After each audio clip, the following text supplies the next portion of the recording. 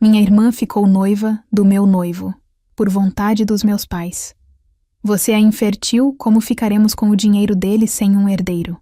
Eu apenas me afastei, mas comparecia ao casamento, pois eu sabia o que aconteceria. O garfo tremia na minha mão enquanto eu tentava, sem sucesso, enrolar o macarrão. Estávamos todos sentados à mesa de jantar na casa dos meus pais, um ritual de domingo que antes era sinônimo de conforto, mas que agora parecia um interrogatório disfarçado. O ar estava pesado, denso com palavras não ditas, e olhares que deslizavam por mim, como se eu fosse um objeto frágil e defeituoso. Você precisa se cuidar. Minha filha, disse minha mãe, forçando um sorriso que não alcançava seus olhos. Sua saúde é o mais importante agora. Heitor tem sido compreensivo, não é? Um homem como ele, tão paciente. A palavra paciente soou como um alarme na minha cabeça. Por que ele precisaria de paciência? Olhei para o meu pai, que limpava a boca com um guardanapo, evitando meu olhar. Minha irmã, sentada ao meu lado, mexia na comida com um desinteresse ensaiado. Ele tem sido maravilhoso, mãe. Como sempre foi, respondi, tentando manter a voz firme. A cirurgia foi um sucesso e os médicos disseram que estou me recuperando bem. Não há com o que se preocupar. Ah, mas é claro que nos preocupamos. E meu pai interveio, finalmente me encarando. Seus olhos tinham um brilho estranho, uma mistura de pena e cálculo. Uma mulher na sua condição. É uma situação delicada. E o futuro de vocês? Já conversaram sobre os herdeiros? Ali estava. A palavra que pairava no ar desde que eu tinha saído do hospital. Herdeiros. Não filhos, não uma família. Herdeiros. Senti um nó se formar na minha garganta. Tudo aquilo havia começado há alguns meses, num consultório frio com paredes brancas. As palavras do médico ecoavam na minha mente como uma sentença. Giovanna, encontramos um problema sério no seu útero. A melhor opção para a sua saúde é a remoção completa. Lembro-me de sentir o chão desaparecer sob meus pés. O sonho de sentir um bebê crescendo dentro de mim. O chute, a barriga se formando. Tudo se desfez em um instante. Chorei por dias, mas em meio à dor, houve um pequeno feixe de esperança. Seus ovários estão perfeitamente saudáveis, o médico explicou. Isso significa que você ainda pode ter seus filhos biológicos. A gestação por substituição, o que chamam de barriga de aluguel, é uma possibilidade real. Agarrei-me àquela esperança com todas as minhas forças. Eu poderia ser mãe, era isso que importava. A primeira pessoa para quem contei, claro, foi Heitor, meu noivo, o amor da minha vida. Eu estava apavorada, com medo de que a notícia o afastasse. Afinal, ele era um homem rico, bem-sucedido, que poderia ter qualquer mulher que quisesse, uma mulher completa. Naquela noite, sentei-me com ele na sala de nosso apartamento, minhas mãos suando, meu coração batendo descontrolado. Quando as palavras finalmente saíram, tropeçando umas nas outras, ele me ouviu em silêncio. Seus olhos azuis que eu tanto amava não demonstraram um pingo de decepção ou raiva. Quando terminei, ele apenas me puxou para um abraço apertado. Um abraço que dizia que tudo ficaria bem. Meu amor, olhe para mim, ele disse, segurando meu rosto entre as mãos. A única coisa que importa é que você esteja bem e com saúde. Se não pudermos ter filhos da maneira tradicional, encontraremos outra maneira. Adotamos, usamos uma barriga de aluguel, nós vamos construir nossa família. O que eu não posso é construir minha vida sem você. Suas palavras foram um bálsamo para minha alma ferida. Senti-me a mulher mais sortuda do mundo. Ele não se importava. Ele me amava por quem eu era, não pelo que meu corpo podia ou não fazer. Mas quando contei à minha família, a reação foi diferente. No começo, houve os abraços e as palavras de conforto. Que bom que você está bem, filha. A saúde em primeiro lugar. Mas depois, quando a poeira baixou e o noivado com Heitor foi oficializado com uma festa deslumbrante, a preocupação deles mudou de foco. Não era mais sobre a minha recuperação, mas sobre as implicações da minha condição.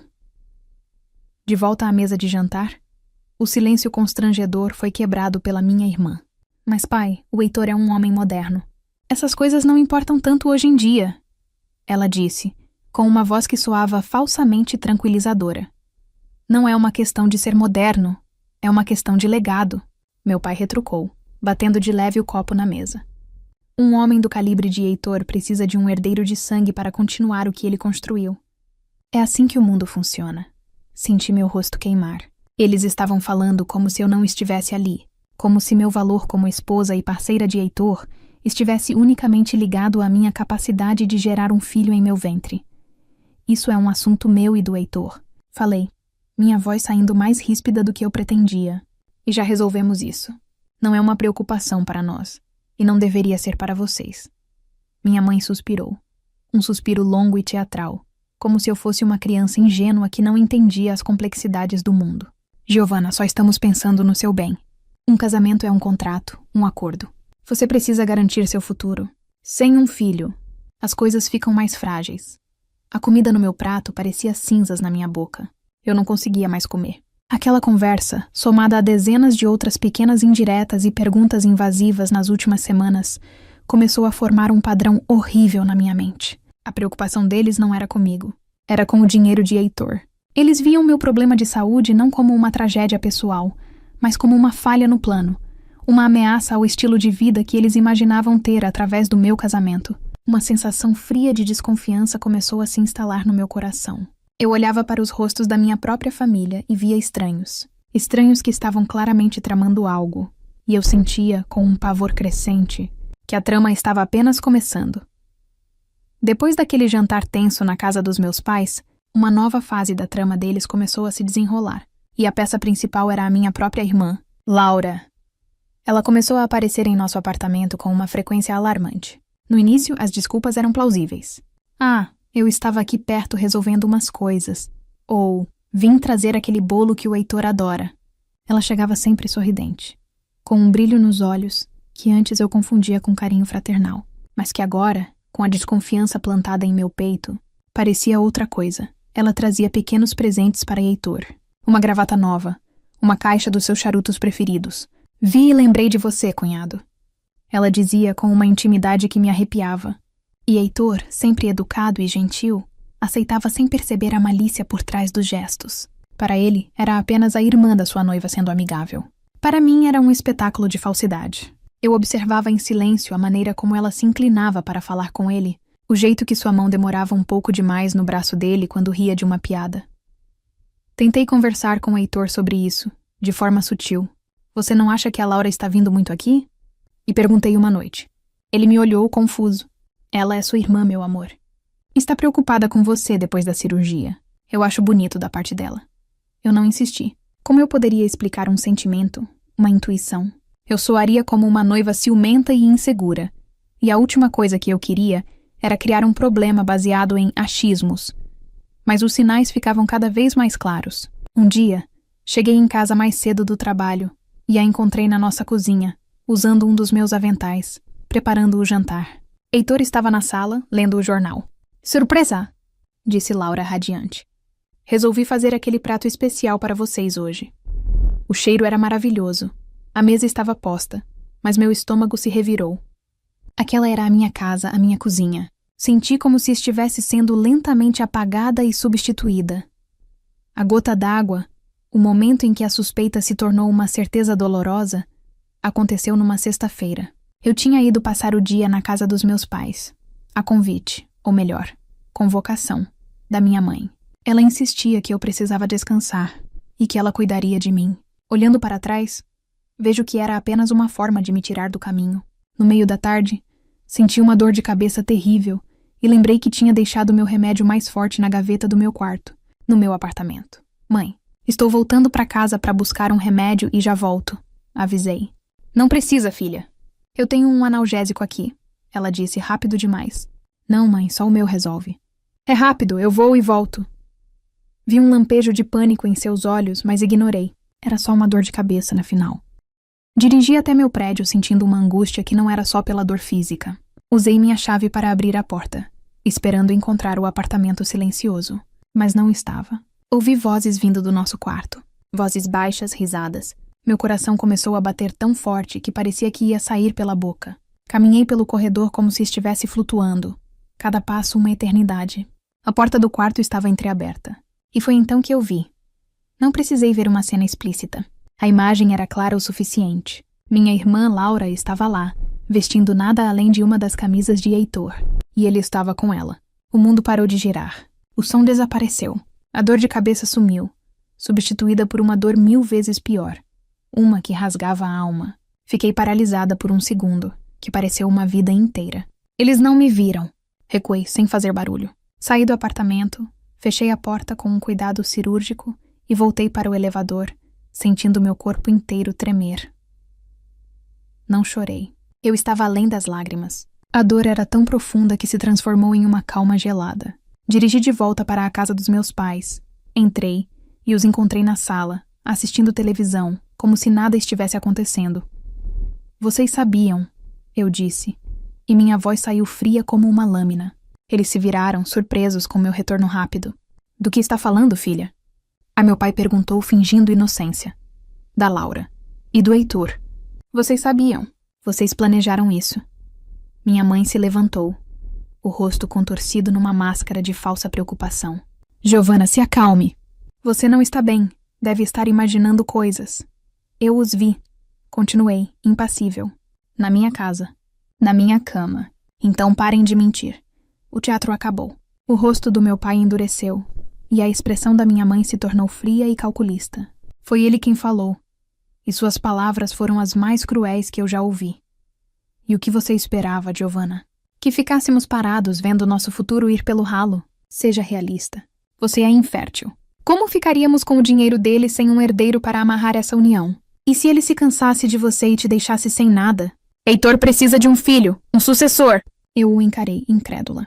Então vocês a mandaram para cima dele? Nós apenas mostramos a ele uma opção viável. Minha mãe emendou, sem um pingo de remorso. Sua irmã pode dar a ele o que você não pode. Ela está garantindo o futuro desta família.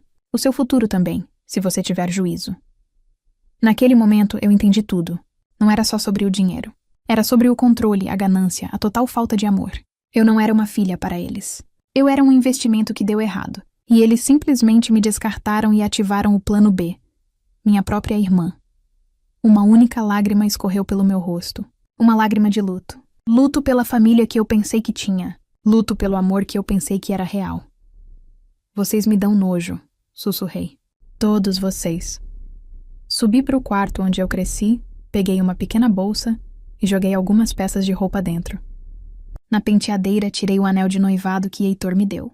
A pedra brilhava, fria e sem vida, como tudo o que ela representava agora. Desci as escadas, passei por eles na sala e coloquei o anel sobre a mesinha de centro. Podem dar para ela, eu disse sem olhá-los. Afinal, o prêmio de consolação agora é dela. Eu saí daquela casa e não olhei para trás. Enquanto dirigia sem rumo, com o coração em pedaços, eu sabia de uma coisa. Eu estava sozinha. Profundamente magoada e traída pelas pessoas que mais deveriam me amar, eu decidi ali, naquela estrada escura, que eu me afastaria de todos eles. O jogo deles havia terminado para mim, mas o meu estava apenas começando. Os primeiros meses foram um borrão de dor e solidão. Aluguei um pequeno apartamento do outro lado da cidade. Um lugar simples que não tinha nenhuma memória impregnada nas paredes. Levei apenas minhas roupas e alguns livros, deixando para trás a vida que eu tinha construído com Heitor. O silêncio era meu companheiro constante, e eu o preferia às vozes falsas da minha família. Eu os bloqueei de tudo. Mudei meu número de telefone. O corte foi total e absoluto. A única janela para o mundo que eles habitavam agora eram as redes sociais, e como uma masoquista, eu olhava. Via as fotos que os amigos em comum postavam. Lá estavam eles, Heitor e Laura, o novo casal perfeito. Jantares em restaurantes caros, viagens de fim de semana, sorrisos para a câmera. Laura se agarrava ao braço dele em todas as fotos, exibindo uma aliança que, eu sabia, era maior e mais cara que a minha tinha sido. Ela postava fotos de bolsas de grife, sapatos novos, jantares luxuosos com legendas como "Meu amor me mima tanto" ou "A vida que eu sempre sonhei".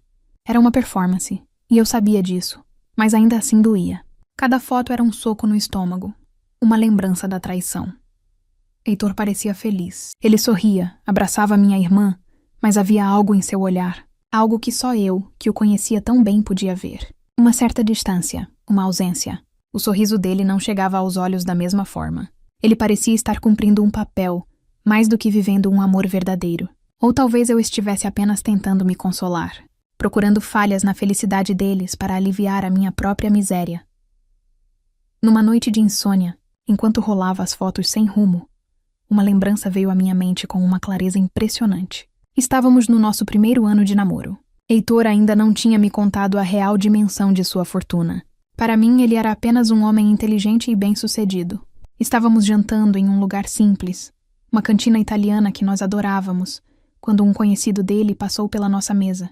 O homem olhou para mim de cima a baixo e disse a Heitor: "Parabéns, arranjou um belo troféu." Depois que o homem se foi, vi a raiva nos olhos de Heitor. Ele ficou em silêncio por um longo tempo. "O que foi?" perguntei. Ele pegou minha mão sobre a mesa. "Eu detesto isso", ele disse com a voz carregada de desgosto. "Detesto a ideia de que as pessoas possam pensar que alguém está comigo pelo que eu tenho e não por quem eu sou. O dia que eu sentir que o interesse de uma mulher em mim é o meu saldo bancário, será o dia em que essa mulher deixará de existir para mim." 6 meses depois, ele me pediu em casamento e só então revelou a verdadeira extensão de seu patrimônio, porque, segundo ele, já tinha a certeza de que eu o amava por ele mesmo. Aquela lembrança foi como um interruptor sendo ligado na minha cabeça. Heitor não era estúpido.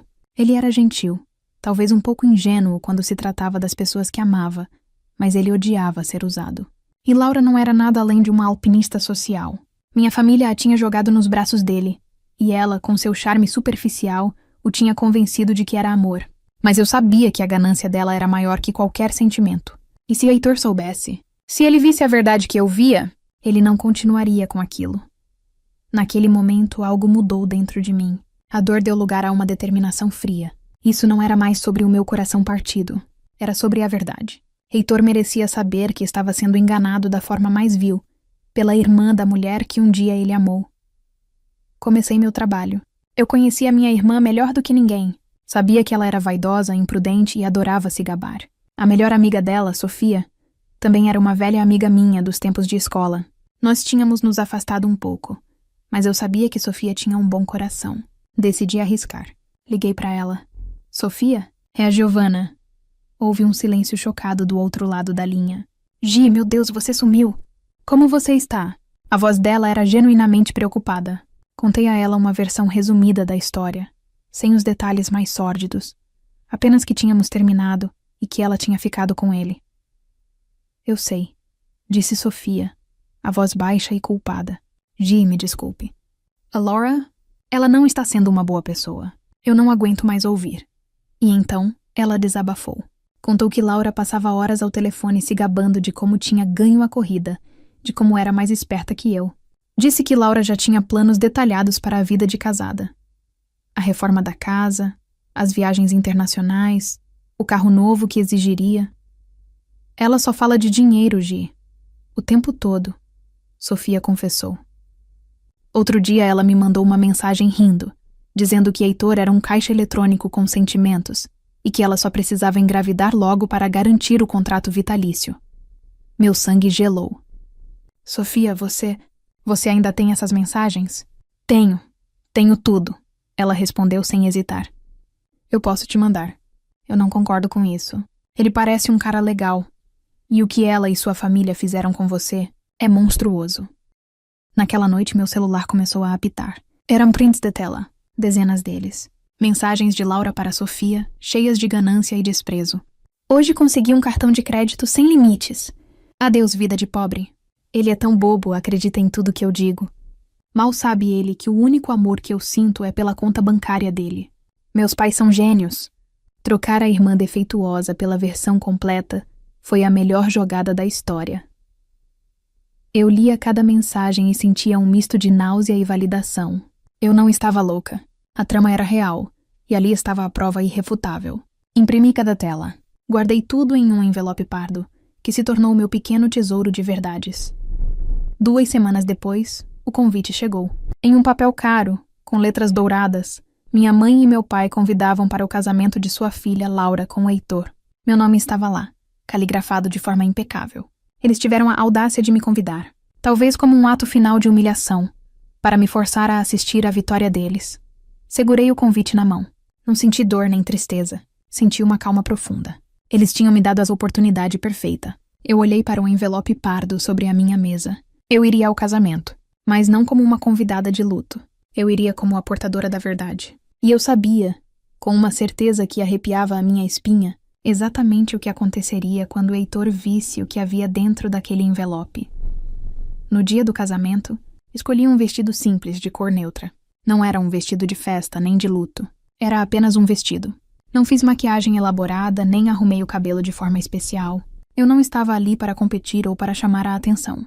Eu era uma espectadora, uma mensageira, e a minha aparência deveria refletir a minha serenidade. Na bolsa, o envelope pardo parecia pesar 1 tonelada. Cheguei à igreja quando os convidados já estavam todos sentados. O som do órgão preenchia o ar com uma melodia solene. Ao entrar, senti todos os olhares se virando para mim. Murmúrios percorreram os bancos. Vi os rostos chocados de tios, primos e amigos da família. No primeiro banco vi meus pais. O rosto da minha mãe se contorceu em uma careta de raiva e pânico. Meu pai me fuzilou com o olhar, como se pudesse me fazer desaparecer com a força do pensamento. Eu os ignorei. Meu foco estava no altar. Lá estava ele, Heitor, impecável em seu terno, o cabelo perfeitamente penteado. Ele parecia tenso, ajeitando a gravata a cada poucos segundos. Seus olhos varreram a igreja, e por um instante se cruzaram com os meus. Vi um lampejo de surpresa, talvez de culpa, antes que ele desviasse o olhar. Eu não esbocei nenhuma reação. Apenas caminhei calmamente por um corredor lateral, parando perto de uma das colunas de mármore, onde eu tinha uma visão clara de tudo, mas permanecia na sombra. A marcha nupcial começou a tocar. As enormes portas da igreja se abriram. E lá estava ela, minha irmã. Laura estava deslumbrante em um vestido branco cheio de brilhos. Um véu longo se arrastando atrás dela. No braço do meu pai, ela sorria. Um sorriso triunfante.